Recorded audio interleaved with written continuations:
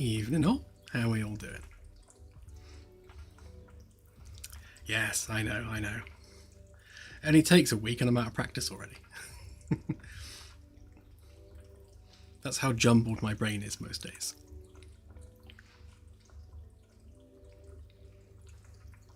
Yeah, tonight's stream is just a quickie to do the competition draw and just to give you guys a quick update on what it is I'm actually up to at the moment. But we'll do the competition draw first. So if Claire could signal her readiness, we shall proceed.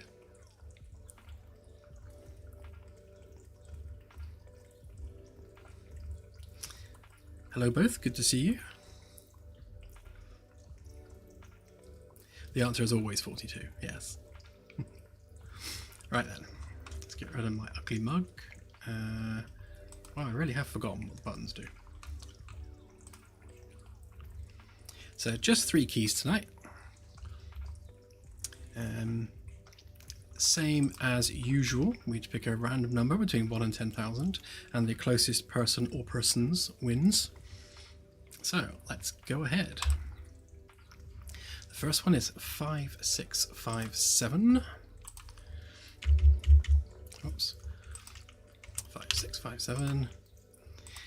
And the winner is Nomad. Congratulations.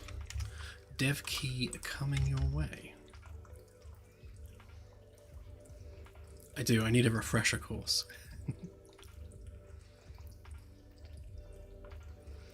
Just waiting for Claire to give the all clear.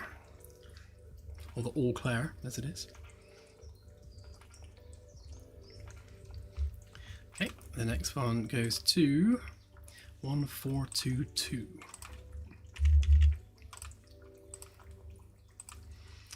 And Tom Gone 3D. Congratulations. Have a dev key.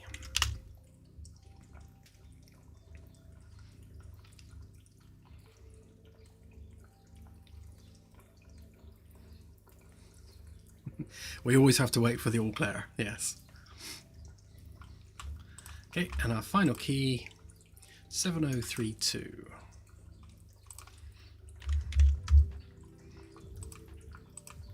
And that goes to Mr. Magnum Aliceman. Congratulations, have a dev key.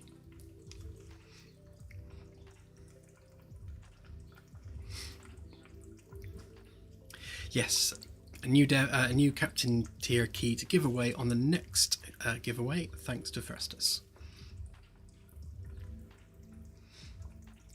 Hey Microwork, good to see you. Not a full dev stream tonight, sadly, just a quick key giveaway and dev update. But working hard on getting that build out, so hopefully we'll have some movement on that very soon. Right, so what are we up to? So as many of you might know, we had a really bad corruption that's been kind of a lingering problem for quite a few months now. It started off where, for some reason, the engine started crashing on load. So whenever we loaded up Unreal Engine, it would just do a hard crash to desktop. And we managed to track that down to a loading order issue with our game states if a map was loaded as the default map when opening the engine. If you set it to open no map at all, then the engine loads fine, it packages fine, and everything is fine. So we kind of went merrily on our way, thinking, okay, everything's fine. Just that one small bug, which I figured was just an editor issue, but it turns out it wasn't. We had a much deeper corruption than that in our game state file. And for some reason, it's lost a reference to something, specifically on our galaxy location generator, which if we edit, you'll see consists of nothing now. So there's nothing in the event graph whatsoever, like literally nothing going on. There is a single function, no variables, and within that single function, we just have this one node, and this one node has 2 class references. We've got our neutron star class reference and our water world class reference. Now weirdly, this is the same procedural planet reference that some of these other ones use. So I'm not sure why this one specifically is broken. But if I remove this, or the other reference, or delete this node, then the entire engine crashes. And it's really weird. I don't know exactly what's happened and where, but I've narrowed it down to this one node on this one blueprint component, and we can't do anything with it without the engine crashing. And furthermore, on our game state here, which I've whittled down significantly, I cannot remove this blueprint component from the game state, because if I do, the engine crashes.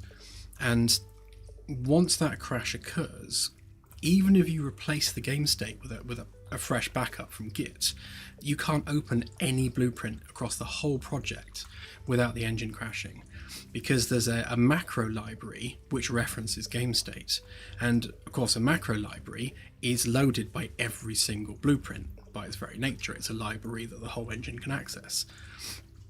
So we've kind of got this perfect storm where we've got this kind of buried corruption somewhere between the relationship between game state and the old star system generator and this macro library, and like these three things working together causes a bug, which means we can't open anything else in the engine if we reference any of this.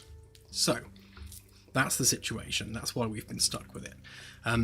So what I'm doing is I'm basically removing everything off of game state and turning it into all of its own individual systems. So we've got things like, we've got our multiplayer chat system, we've got our error messages system, our exploration data, sensors data, and all these things have been stored on game state for the purposes of replication, so that all the rest of the game in multiplayer can have access to all that multiplayer live data. Now the problem is that creates a bit of an all eggs in one basket issue, where because we've got this kind of background corruption somewhere on the game state, accessing this replicated data can cause the engine to crash. Not consistently, but consistently enough that while I was making the refueling loop, doing the NPC logic for refueling requires that we know if there's a gas giant nearby. So of course I'm querying our galaxy location generator to see whether or not the star system we're in, if indeed we're in one, has a gas giant, and if so, is that the closest thing that we're next to? And those checks are crashing the engine because of course it's touching this file. So by moving all this out into individual files, then what we're doing is we're taking all that work away from game state, so we no longer have that kind of all eggs in one basket problem. Yeah, so that's kind of where we're at, and we've got some new systems which I'm putting together to help with that. Bear with me 2 seconds. 2 seconds.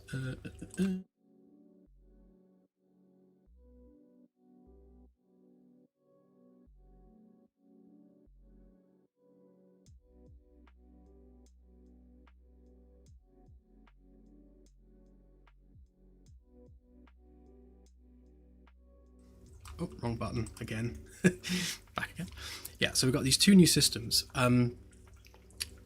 The new one, which is the biggie, is our Genesis subsystem. So what I'm doing is I'm taking the whole galaxy gen and our star system gen and combining them into a single subsystem, which is like a proper world subsystem within the engine, so that we can access that data from anywhere in the game at any time through a proper subsystem API. And we're doing the same thing with our ship registry as well, because we have things like our ship state, which again, it is all held on game state. So we've got this ship state array here, which we're replicating out, and that holds the data for all the ships, all the shuttles, where they are, how fast they're going, their health, and all those things. And we're storing that on game state, along with a bunch of other stuff. And again, there's too much stuff being stored in one place. So by turning this into its own separate subsystem, it means we can give each ship a ship's computer, and then that ship's computer, including shuttles, will hold where it is, how fast it's going, which way it's facing, its health, its fuel, and all the other stuff that that particular vessel needs. And we'll also have some hardware registries as well, where we'll have like a tank registry, a valve registry, basically a registry for every single class of component that a ship, shuttle, or other vehicle might need, so that any other bit of code in the game can just simply query that subsystem and then have access to all the data it needs. Or specifically, it will be able to point itself at the relevant ship's computer for that particular vessel. And this again offloads all that work away from game state into a proper hardened subsystem, which is its own modular piece of code. Yeah, and also as part of this new Genesis system, and we're taking our Galaxy Gen, our system Gen, and we're bundling it all into a system we're calling Genesis, and that's going to generate the galaxy, the astrophysically correct space. Things like alien civilizations will be a separate subsystem that overlays on top of that. And the reason I'm doing this is because we want to make this available on the Fab Store as an actual packaged plugin for other developers to use. And what that will consist of is the entire galactic space, the planets, moons, star systems, all of the celestial stuff, which is all the real stuff. So everything which uses the real astrophysics code and all that sort of stuff. None of the stuff that's specific to Starship Simulator. So the alien races, the political states, all the stuff which are relevant to our game will be in a separate subsystem part of the game, whereas the Genesis plugin that we're creating is going to be just the galaxy, basically. And that's kind of, again, that separates all of that into its own kind of firewalled piece of code that cannot be corrupted or broken by anything else.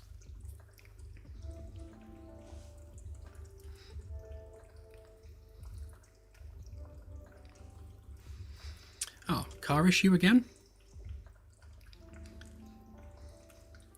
Max, thank you very much. Very much appreciated. I could do with some chocolate, actually. And Firstus, thank you. Yes, I've not had a decent mead in a while, actually. I need to get some more, so that's very much something I will do.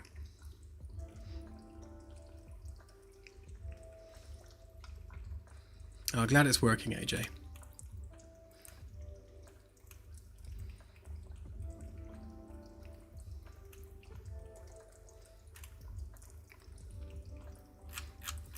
But yes, so there we go. So basically that's where we're at. We're taking everything that GameState did, separating it out into isolated modular code, so that we can break all the reference chains, of which there are quite a few meaty ones. In fact, if I show you the GameState reference chain, you'll see exactly what the issue is. Reference euro, there we go. So here we go. So here's our game state, and then here's everything which has a hard reference to game state. That lot plus the 92 other ones, that's 112 referencers that we have that have hard references to our game state. And the reason for that is because all of these different UI screens, and it is predominantly UI screens, they're all accessing replicated variables that we're storing on game state for the purposes of replication. So of course oh sorry, that was my email. Ignore the email noise, that was me, not you. Yeah, so all of these blueprints are basically getting a reference to game state, casting to game state, and accessing those variables. And that's all creating these hard references, which are bad juju. We don't want that at all. So when I'm done with this migration off of game state, this 112 referencers will fall to single digits, I expect. I think the only thing that will remain on here is probably our multiplayer chat system, because that won't hurt just sitting on game state. Yeah, so it's not a difficult job, and what I wanted to make clear is nothing's broken. Like, none of the game systems are broken. Everything still works. It's just we have this underlying problem which is causing crashes, and we really need to get that fixed. Because we've had people that are reporting just crashed a desktop without any warning or error messages or anything like that. And I have a feeling it's probably to do with this, because it's the only thing that makes sense. We know there's a corruption, we know it's causing crashes, so hopefully it will fix the problem for those people as well. And that's pretty much it, really. That's the update. That's where we're at. So it's just, it's not difficult to fix. It's just time consuming and a lot of migrating all this stuff off of GameState into its own isolated code buckets. Anything and everything, thank you very much appreciated. I'm popping to the supermarket in a minute, actually, so yeah, I shall be sure to pick up some snacks.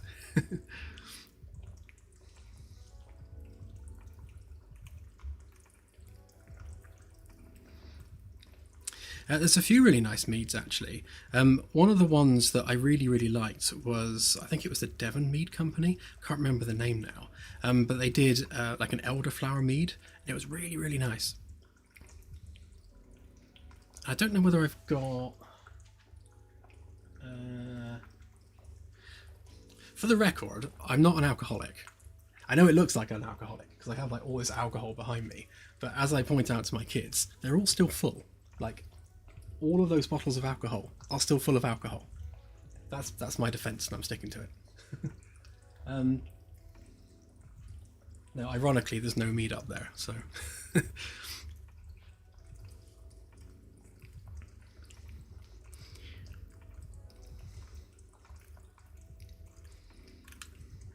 have I considered what the illusion was talking about? Hang on, let me scroll up.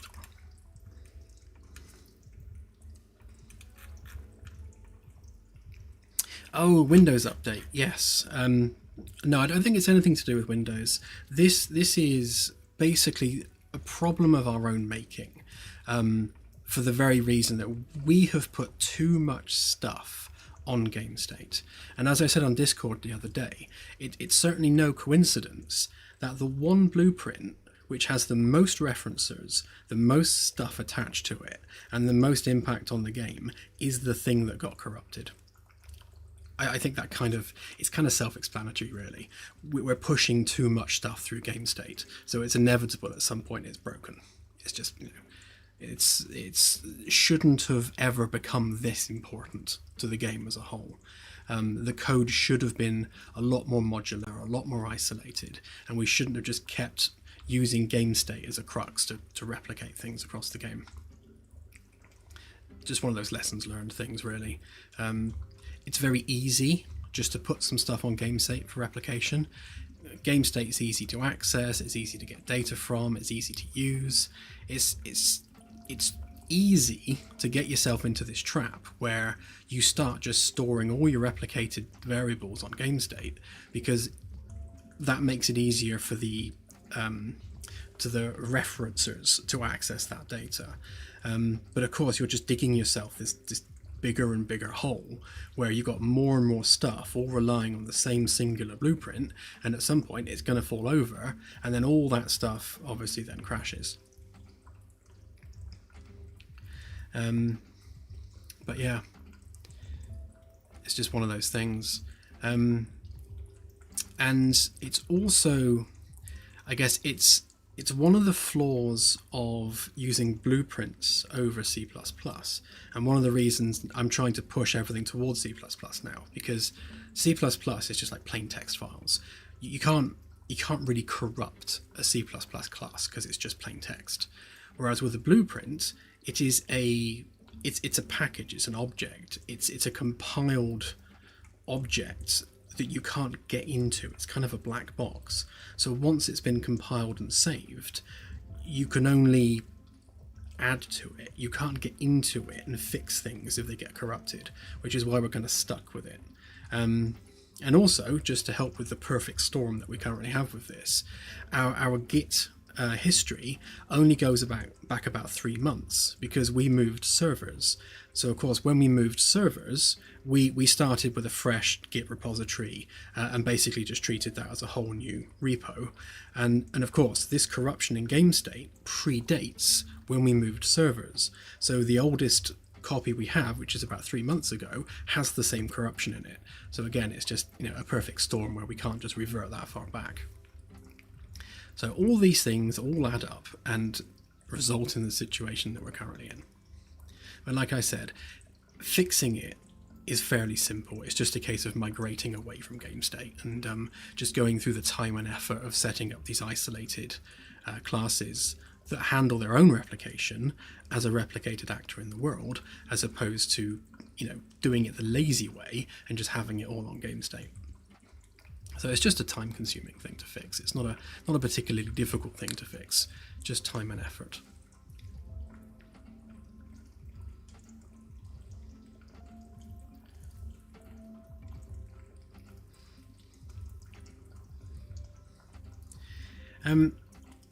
Yeah, to be honest, the C++ side is actually fairly easy. I'm using Claude Code to help.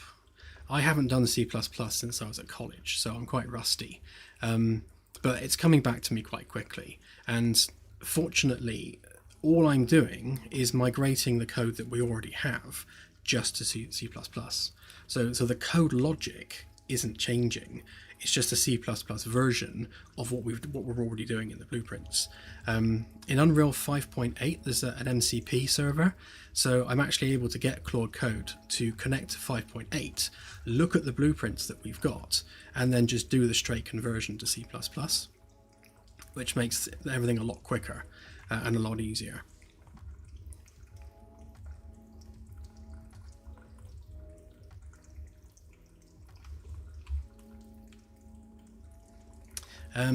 And yes, CSI, once the migration is complete, this game state is being nuked and replaced by a brand new one, and all this other stuff is going to have its own management files, basically. So we'll have, for things like the error messages, we'll have like an error message manager, and that will be its own replicated actor in the world.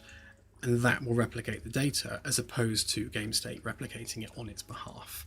So again, it's singular, it's isolated, and there's no longer any hard references between all these isolated systems, because we do the whole thing with blueprint interfaces anyway, which doesn't create a reference.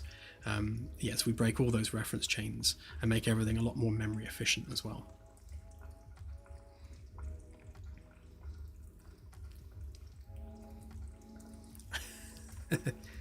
Yeah, well, I've broken it a few times over the years, but this is the first time we've had like something break that has been particularly time consuming to fix, simply because, again, there's 112 blueprints that need migrating. So it's just one of those really annoying things where a lot of hard work is needed.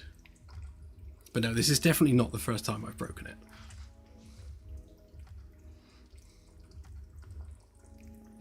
Yeah, the AI side of things is a contentious point, obviously, and I do appreciate that, but I'm viewing it as a tool. Like, I'm not having it build the game for me. I'm having it help me with the migration, and help me get back into C++. It's been a couple of decades since I last used C++ properly, so it's nice to have a helping hand with that.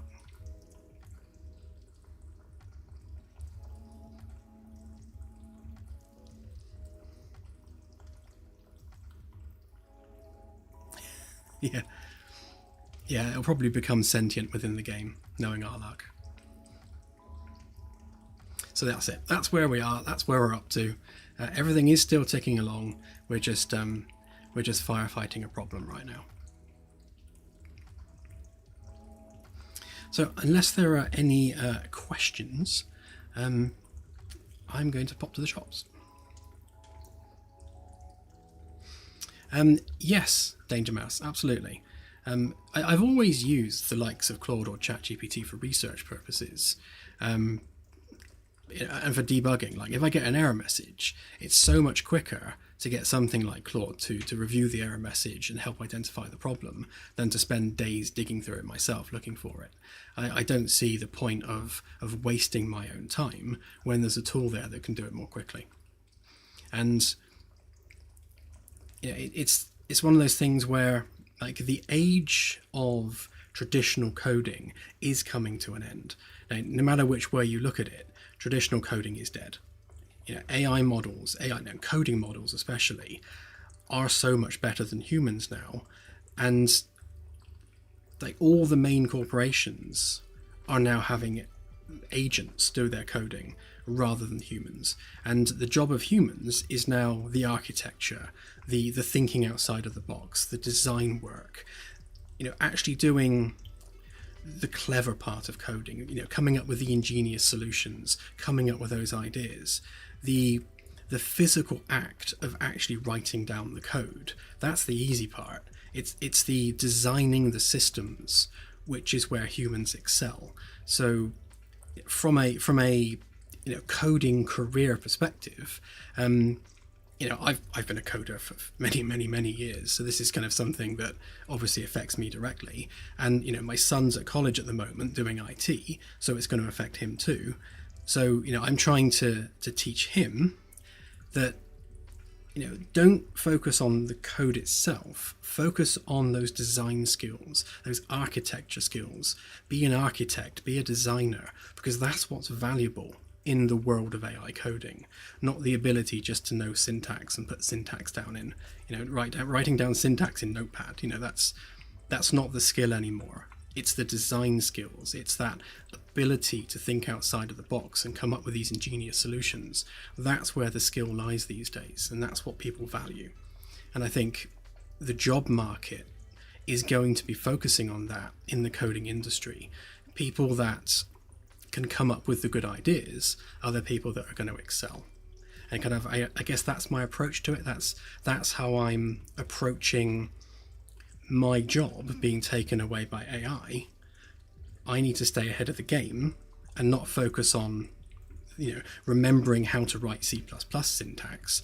I need to focus on being a good system designer, because ultimately that's where the value lies.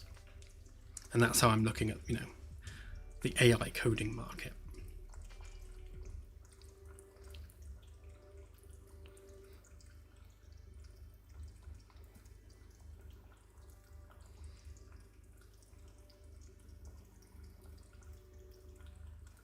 Yeah, there's a very big difference between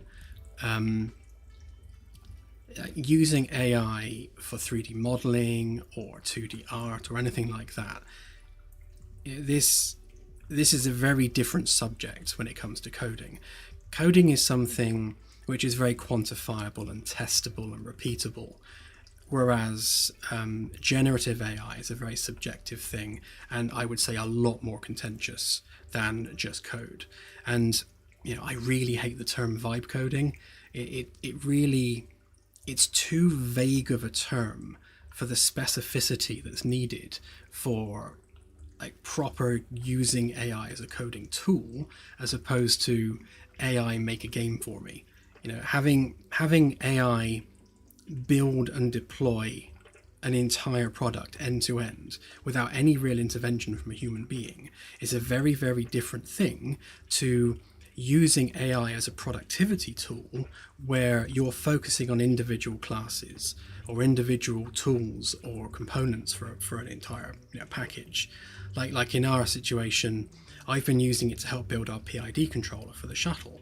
So I'm coming up with the ideas, I'm coming up with the architecture, I'm coming up with the thinking outside of the box aspect of things. And all I'm using Claude Code for is to put those ideas down on paper. Like, here's the structure, here's the design document, can you please make this into C++? That's basically it. So we're not having AI code the entire game.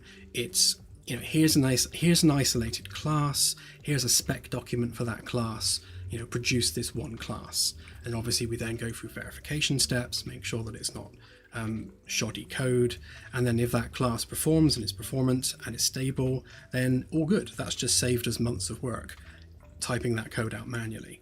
And I think that's the correct use for vibe coding, not people that don't know how to code, who don't have experience with knowing how to build systems, just letting AI run with it and produce what they hope is a finished product. I think it's a very, very different thing. So that's why I hate vibe coding as a term.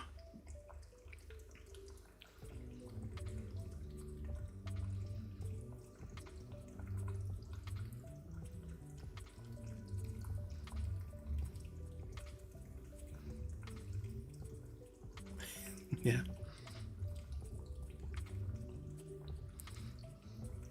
Yeah, and Team Ruddy, you're right.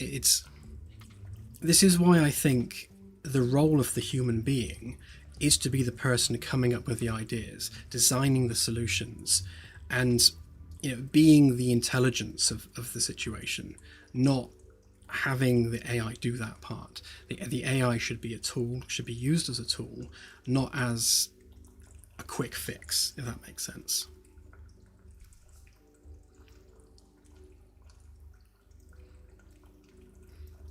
Yeah, because AI lacks the ability to be properly creative, because we don't have AI yet that can come up with like truly novel ideas or truly novel science or anything beyond its training data. It's still very much kind of wrapped up in the data that it's trained on. It can't do novel solutions, and it's up to the human to come up with those novel solutions, and then the job of the AI is to make the implementation of those novel solutions quicker and increase productivity. And again, that's the way I'm looking at it. It's a productivity tool, not a quick fix. It's not a cheat to get things done quicker.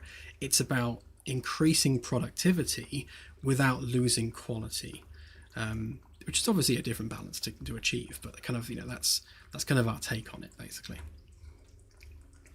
Yeah, exactly. It can't think outside the box.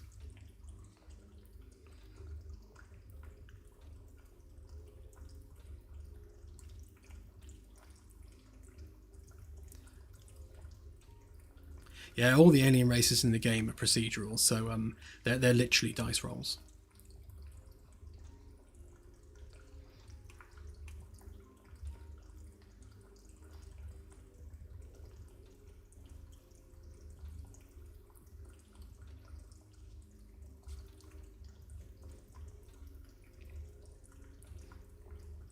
I agree about putting Claire on stream, by the way. Yeah, we definitely do need to get Claire on stream.